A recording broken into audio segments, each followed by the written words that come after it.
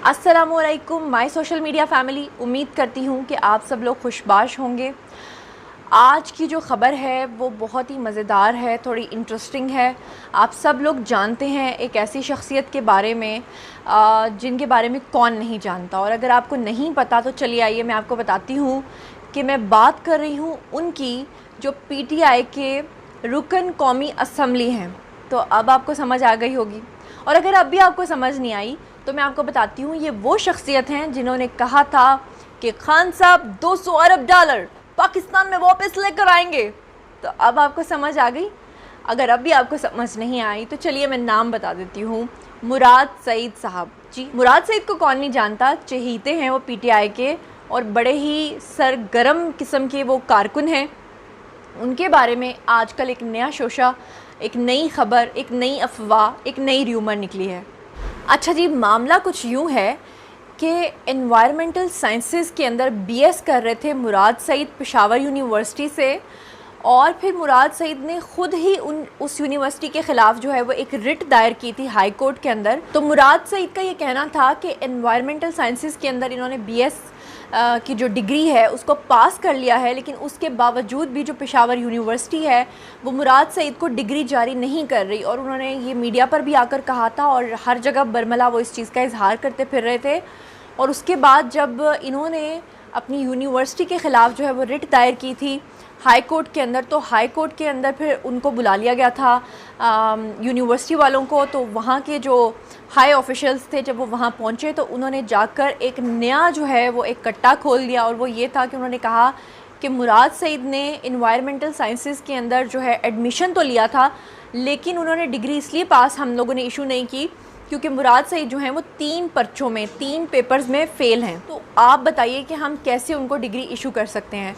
ये मामला जो है बड़ा गर्म हो गया, और मुराद सईद के ऊपर एक इल्ज़ाम था, और वो ये था कि इन्होंने 1 घंटे के अंदर 3 पेपर्स जो हैं वो ऑर्गेनाइज़ करवाए थे, और ऐसा पॉसिबल नहीं। आपको पता है कि पेपर जो होता है वो 3 घंटे की ड्यूरेशन का होता है, उसके बाद दूसरा पेपर होता है वो 3 घंटे की ड्यूरेशन का होता है। लेकिन इन्होंने कुछ ऐसा किया था कि जिसके बाद इनकी यूनिवर्सिटी के जो लोग थे, जो हाई ऑफिशल्स थे, उन्होंने ख़ुद इस बात की सिफारिश की थी कि मुराद सईद के ख़िलाफ़ जो है वो एक्शन होना चाहिए, क्योंकि मुराद सईद ने अपनी पावर्स का गलत इस्तेमाल किया और यूनिवर्सिटी के अंदर 1 घंटे के अंदर 3 पेपर्स देने की बात की थी, जिस पर उनकी जो डिग्री है उसको रोक लिया गया था।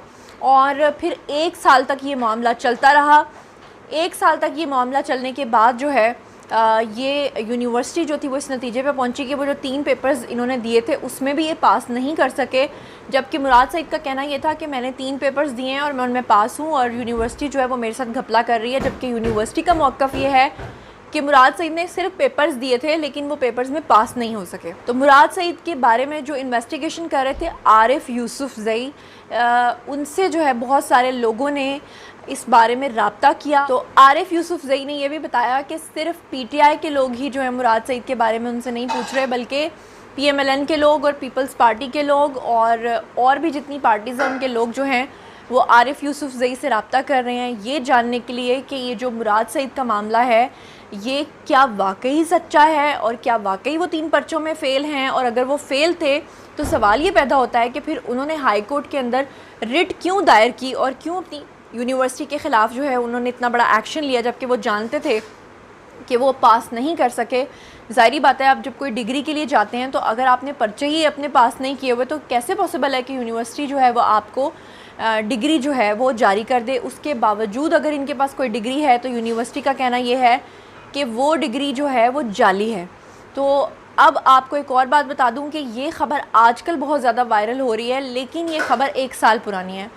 1 साल इसलिए पुरानी है क्योंकि 1 साल से ये मसला चल रहा है, मगर इस 1 साल के अंदर अगर मुराद सईद चाहते तो वो इन 3 पर्चों को पास कर सकते थे, इस मसले को रिज़ॉल्व कर सकते थे और दोबारा से अपना पेपर दे सकते थे। लेकिन ये मामला जूं का तू ही है, और अभी तक ये कंफर्म नहीं हो पाया कि मुराद सईद जो हैं वो आगे अब क्या करना चाहते हैं, या वो अपनी यूनिवर्सिटी के ख़िलाफ़ और कितना एक्शन लेना चाहते हैं, क्योंकि यूनिवर्सिटी ने तो इस पर बड़ा हार्ड किस्म का स्टैंड लिया हुआ है।